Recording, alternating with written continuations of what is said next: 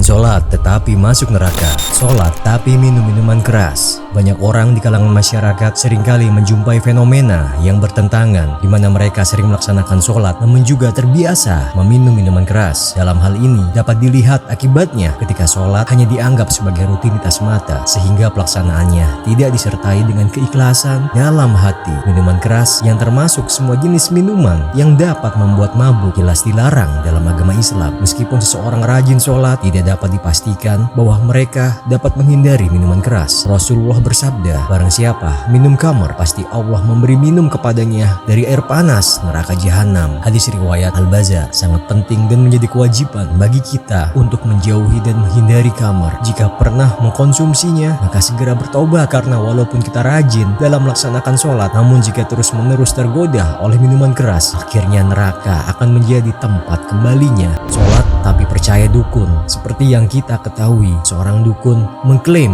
memiliki pengetahuan tentang hal-hal gaib dan tersembunyi. Rasulullah bersabda, barang siapa yang mendatangi tukang ramal atau dukun, kemudian ia membenarkan apa yang dikatanya, maka sesungguhnya ia telah ingkar terhadap apa yang telah diturunkan kepada Nabi Muhammad SAW. Hadis riwayat Abu Dawud. Dalam sebuah hadis riwayat Imam Muslim dikatakan bahwa orang yang mempercayai dukun tidak akan diterima sholatnya selama 40 hari. Selain itu, mempercayai dukun termasuk dalam dosa besar. Sholat tapi suka bergunjing keburukan orang lain. Allah Subhanahu wa Ta'ala berfirman, hai orang-orang yang beriman, jauhilah kebanyakan purbasangka, kecurigaan, karena sebagian dari purbasangka itu dosa. Dan janganlah mencari-cari keburukan orang, dan janganlah menggunjingkan satu sama lain. Adakah seorang di antara kamu yang suka memakan daging saudaranya yang sudah mati? Maka tentulah kamu merasa jijik kepadanya, dan bertakwalah kepada Allah. Sesungguhnya Allah Maha Penerima taubat lagi Maha Penyayang. Quran Surat Al-Hujurat. Sholat tapi mengabaikan anak yatim. Orang-orang yang melaksanakan sholat tapi tidak peduli terhadap anak yatim termasuk dalam kategori orang-orang yang menyalahi ajaran agama. Hal ini dengan tegas disampaikan dalam Al-Quran dalam surat Al-Ma'un. Maka seorang yang rajin beribadah namun enggan membantu orang miskin adalah orang yang tercela. Akibatnya, meskipun dia memiliki kecakapan dalam beribadah, dia beresiko masuk ke dalam neraka karena mengabaikan kebutuhan anak yatim. Sholat tapi suka berdusta. Allah Subhanahu wa Ta'ala berfirman, sesungguhnya